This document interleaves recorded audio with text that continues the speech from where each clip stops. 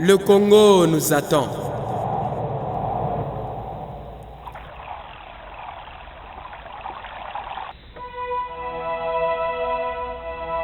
Congolaises et Congolais, un devoir sacré nous attend. La France n'a pas fait les Français. Le Congo nous attend. Conscientisons-nous, oublions nos différences. Oublions nos différences. Amis de la culture et des arts, salut et bienvenue dans cette émission, vos autres émissions qui s'éveillent de la tribune des réflexions artistiques. Comme c'est le cas dans cette émission, nous recevons toujours des artistes et pour cela, dans un cadre où nous allons essayer de discuter, de parler sur la discipline appropriée de l'invité. C'est le cas aujourd'hui dans ce plateau. Nous avons la chance et l'exclusivité même de recevoir celle qu'on appelle Nolda Di Massamba Di Monekene. Elle vit à Paris, en France. Elle vit en Europe en général. Elle est cinéaste. Et c'est avec elle que nous allons développer dans cette émission d'aujourd'hui. Vous aurez le temps de découvrir la personne et de découvrir aussi ses prouesses à travers quelques extraits de films, d'autant plus que la dame en question, elle a fait plusieurs films, notamment un film qui vient de sortir. Elle va nous expliquer ici dans ces plateaux. Alors sans plus tarder, bonjour Nolda. Bonjour.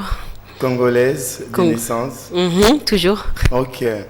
Est-ce que tu peux déjà te présenter pour que des milliers de téléspectateurs qui sont en train de suivre puissent découvrir cette femme qui fait la fierté des cinéastes congolais? Je suis Nolda Di Massamba pour la productrice et réalisatrice, et Nolda Massamba la comédienne et scénariste. J'ai vécu à Paris depuis 14 ans. Et je n'ai pas changé de nationalité, je suis toujours congolaise et je suis une mademoiselle et non madame. Ok, bravo mademoiselle Nolda Massamba. Merci. D'où est venu le goût de faire le théâtre d'abord? À la base, j'ai deux oncles, notamment Gloria Tucadio de Viva la Musica, Boulou Koutou. Ouais. J'ai un oncle Samy, lui qui est technicien de l'audiovisuel. Et j'ai toujours baigné avec ces deux hommes-là. J'ai toujours été avec eux. Gloria, quand j'avais 11-12 ans, il m'a emmené dans tous les studios de Paris pour enregistrer. Et j'assistais aussi au tournage de ses clips, dont j'apparais dans certains, mais c'est des dossiers classés confidentiels. Et avec mon oncle Samy, c'était pareil aussi, m'emmener dans des plateaux de télé, dans des tournages et tout ça. Donc j'ai vraiment baigné là-dedans et pour moi c'était naturel et normal que je fasse ça, quoi.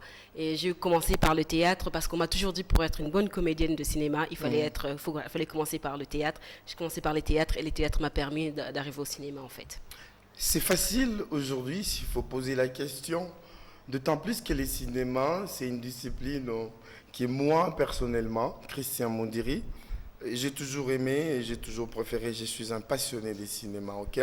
Mais il me semble qu'en Afrique, peut-être nous avons la difficulté d'atteindre ces niveaux-là, à part quelques pays, notamment la Côte d'Ivoire, la Burkina Faso.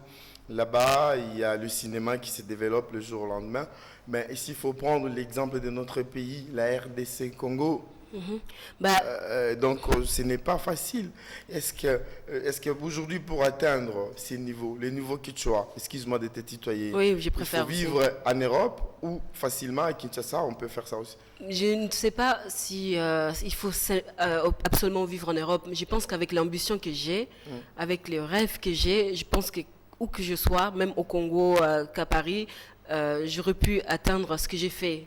Parce que faire du cinéma en France, ce n'est pas facile non plus. Okay.